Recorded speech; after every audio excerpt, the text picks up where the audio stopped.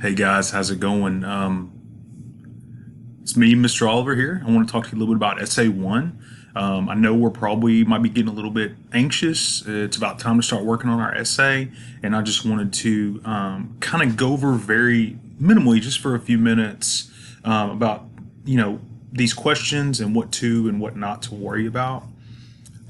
First of all, let's take a second and appreciate my my picture of my Carolina chickadee.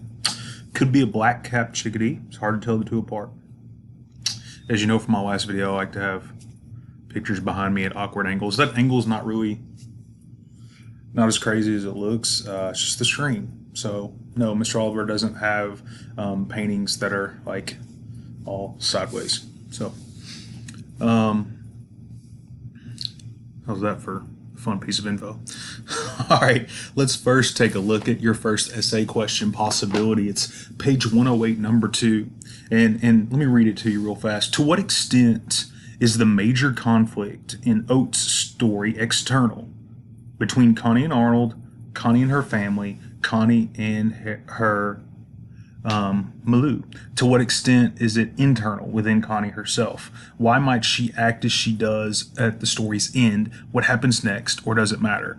All right, so basically, much like so there was a reason I gave you the blog I did about where are you going, where have you been, and it's I want you to start thinking about conflict. And a lot of you, I gave you feedback on that blog, and it was either, hey, way to go, good thinking, I agree, or hey, think about this as well. Now, if you didn't get a hey, I automatically agree, that doesn't mean you were wrong. What's so great about literature is if you can back it up with evidence, you can have any claim you want. Your thesis statement can be anything, right? I mean, you can call the conflict. It can be character versus character, character versus nature, character versus self, character. Probably not character. I was going to say not character versus nature. I guess there's one really bad argument for character versus nature, but I guess it's possible for you to argue it as long as you argue it well, guys. By the way, I'm not sure if I went through all of them, but it could be all. It could be any of the four arguments. It could be any of the four types of conflict, character versus any of the four. As long as you write a good essay, guys. I don't expect y'all to be literature experts. This is a writing class. I expect you to be good essay writers, and you've got to write a good introduction with a good thesis statement, and then every body paragraph needs to be a different point proving what your thesis statement is.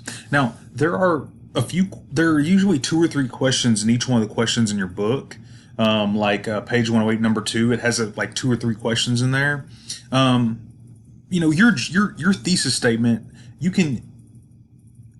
These questions all get to a main point, and that main point is how you need to formulate your thesis statement. So don't look at these as, oh my God, I have to answer all 3 of these questions. Look at it more like, I've got to, these questions are helping me get to one really good question that I need to answer in my thesis statement.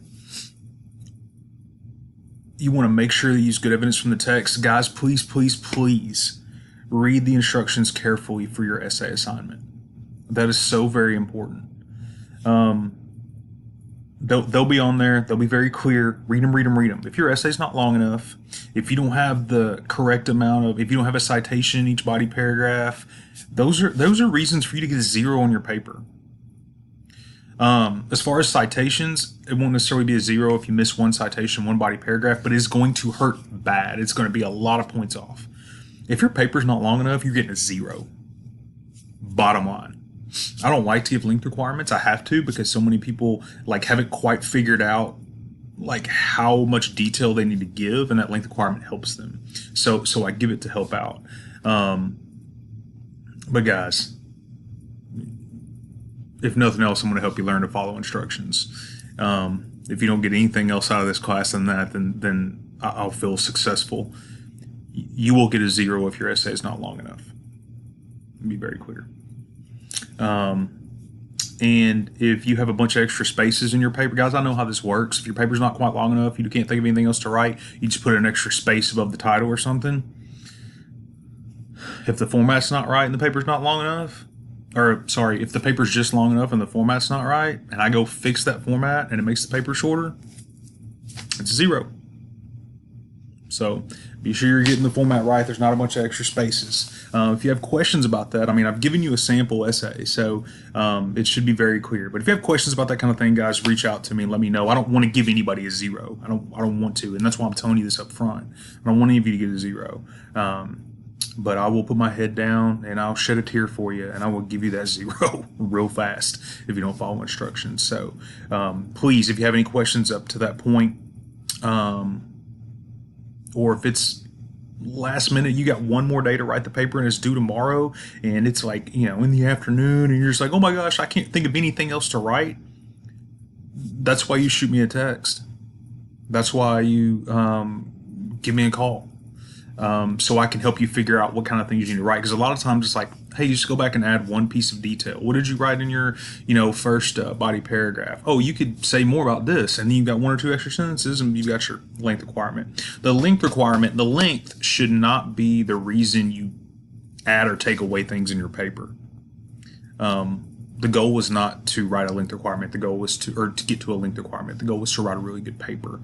You're just going to sometimes, especially early in our collegiate writing careers, it's going to be hard for us in some, especially if it's a story we don't really like or we don't really understand or we're not sure about.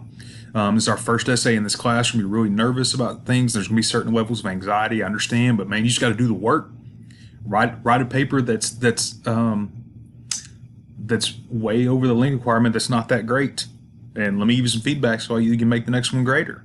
But if you give me a paper that's too short, then I'm not giving you any feedback because you didn't do what you were supposed to do. Real fast, I won't keep you too much longer, but also want to take a look at the other example, which is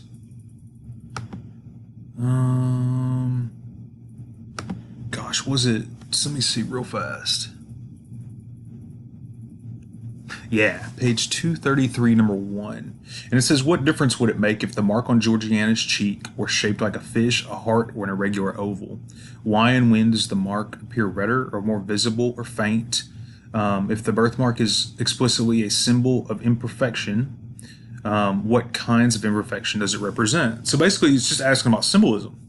Your thesis statement could just very easily be, look, the mark on her cheek symbolizes, and that's your thesis statement, whatever your answer is to that. And then you can just use these questions in this question in the book to guide your body paragraphs. You want to make sure all those questions are answered at some point in your paper.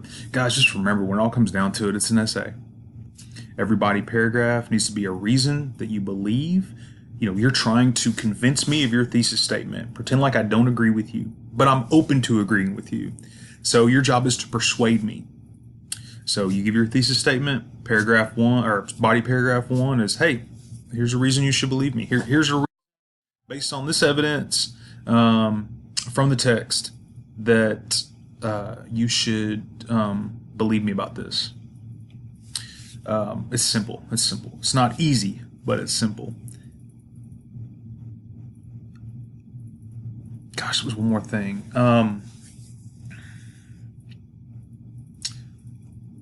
Remember not to summarize the story too much.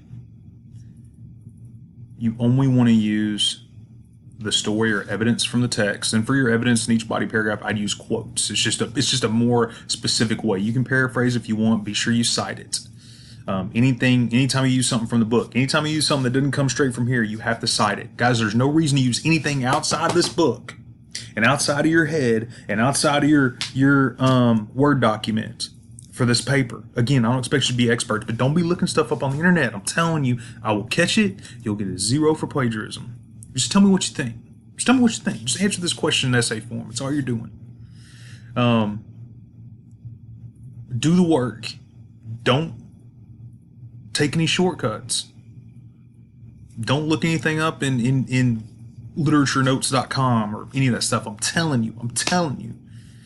Use your head. That's the whole point here. You don't have to be right. You just have to write a good essay. So anyways, I hope this helped out a lot. I hope it eased some of your anxiety. If not, if it didn't ease your anxiety or it added to it, then please just contact me, and I'll be glad to talk you through it. I'll be glad to help you out as much as I can. I hope you guys have a great day. If you need anything at all, just let me know. Take care, guys. Bye bye.